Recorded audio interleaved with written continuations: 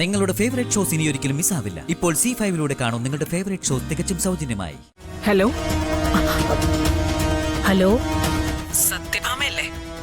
Madam, Satyabhama ആരാ സംസാരിക്കുന്നേ? ഞാൻ കുറച്ച് ദൂരേന്ന് വിളിക്കുക. എന്റെ പേര് സുനിത. എനിക്ക് അത്യാവശ്യമായിട്ട് കളക്ടറോടൊന്ന് സംസാരിക്കണം.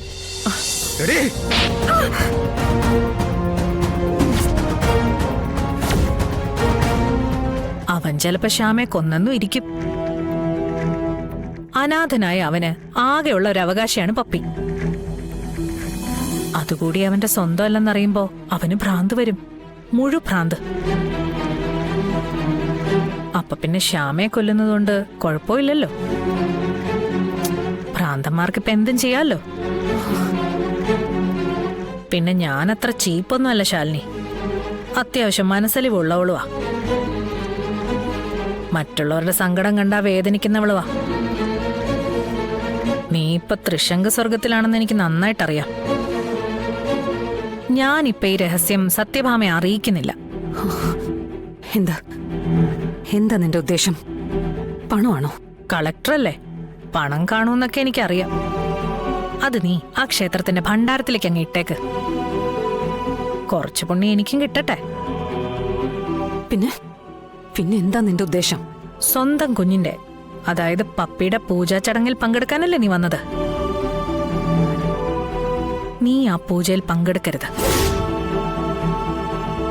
ഞാനിപ്പോ ഈ രഹസ്യം പറഞ്ഞാലും പപ്പിയുടെ ജീവിതം ഛിന്ന ഭിന്ന ആവും.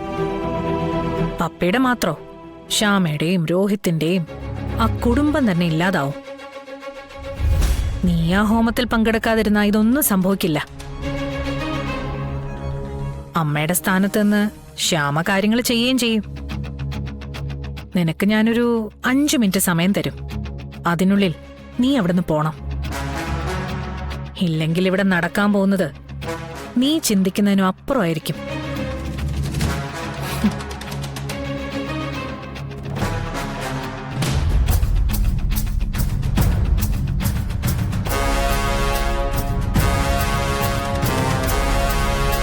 ഇതാരായിരിക്കും എന്നെ ബ്ലാക്ക്മെയിൽ ചെയ്യുന്നത്? സ്പാം കോൾ ആയതുകൊണ്ട് അറിയാനും കഴിയില്ല. സുസ്മിതയാണോ? അവൾക്ക് ഇങ്ങനെയുള്ള തറപ്പണികൾ ചെയ്യാൻ പറ്റും. സുസ്മിതയുടെ നമ്പറിലേക്ക് ഒന്ന് വിളിച്ചു നോക്കിയാലോ?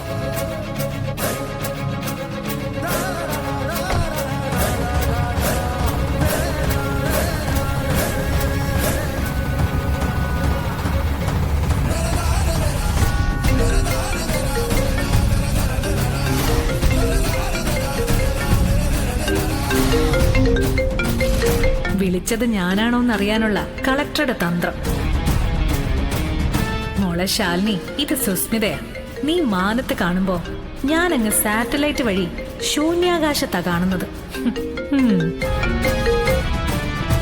ഹലോ, ഞാൻ ശാലിനിയാ. ആ മനസ്സിലായി ശാലിനി, പറഞ്ഞോളൂ. സുസ്മിത ഇപ്പൊ എവിടെയാ? ആ ഞാൻ എനിക്ക് സുസ്മിതയെ കൊണ്ടൊരാവശ്യം ഉണ്ടായിരുന്നു. എന്തിനാടി? നിന്റെ അമ്മായിയമ്മയ്ക്ക് വായുകോപം ഉണ്ടായോ? ഞാനവിടെ നിന്ന് അല്പം ദൂരെയാണല്ലോ ശാലിനി. ഞാനൊരു പ്രോപ്പർട്ടി ഇഷ്യൂവിൽ പെട്ട് ഓടിക്കൊണ്ടിരിക്കുക. കുറെ കാലം ഞാനവിടെ ഇല്ലായിരുന്നല്ലോ. ആ സമയത്ത് ഈ ജഗദീപ് ഒപ്പിച്ച പണിയാ. ഞാനവിടെ വന്നതിന് ശേഷം നമുക്ക് നേരിട്ട് കാണാം. ശരി ശരി. ശാലിനി, നീ IAS ആണെങ്കിലേ ഞാൻ ICS ആ, ഇന്ത്യൻ ക്രിമിനൽ സർവീസ്. എന്നെ പുതപ്പിച്ച് കിടത്താനുള്ള പുതപ്പൊന്നും നിന്റെ കയ്യിലില്ല മോളെ. ഇനി അവള് അടുത്ത ഘട്ടം ഈ ലൊക്കേഷൻ സെർച്ച് ചെയ്യലായിരിക്കും. അതുകൊണ്ട് കാറ് കുറച്ച് മുന്നോട്ട് കയറ്റിയിടാം. അതെ, വണ്ടി കുറച്ച് മാറ്റിയിടണേ. ശരി മാഡം. അപ്പോ എന്നെ സ്പാം കോൾ ചെയ്തത് സുസ്മിത അല്ലേ? പിന്നെ ആരാണെങ്കിലും വളരെ അടുത്തറിയാവുന്നവരാരോ ആണ്. ആരായിരിക്കും അത്?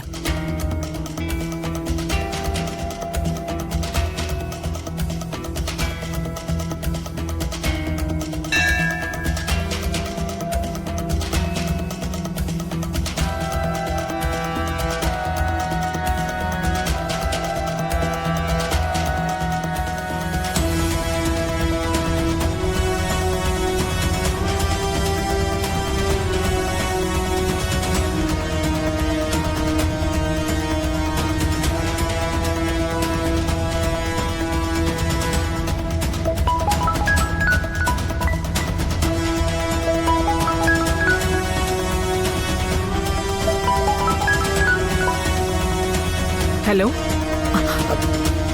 ഹലോ, സത്യഭാമയല്ലേ? മാഡം, സത്യഭാമ ആരാ സംസാരിക്കുന്നേ? ഞാൻ കുറച്ച് ദൂരേന്ന് വിളിക്കുക.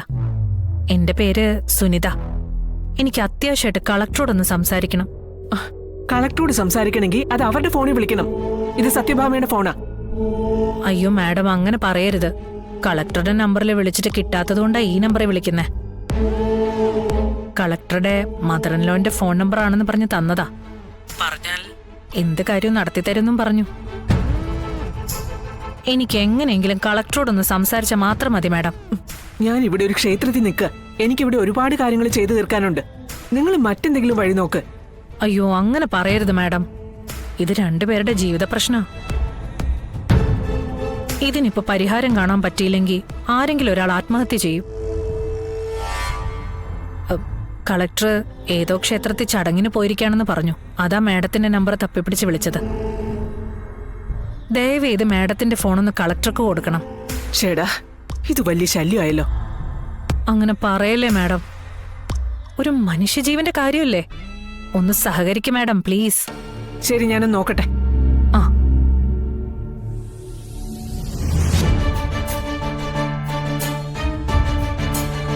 സത്യേ, ഡി, ഇങ്ങോട്ട് വന്നേ.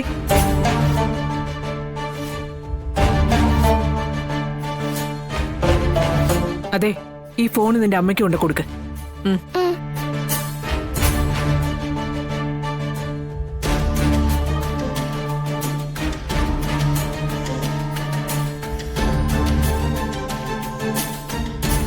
സത്യാമ്മേ, സത്യാമ്മ ഇവിടെ.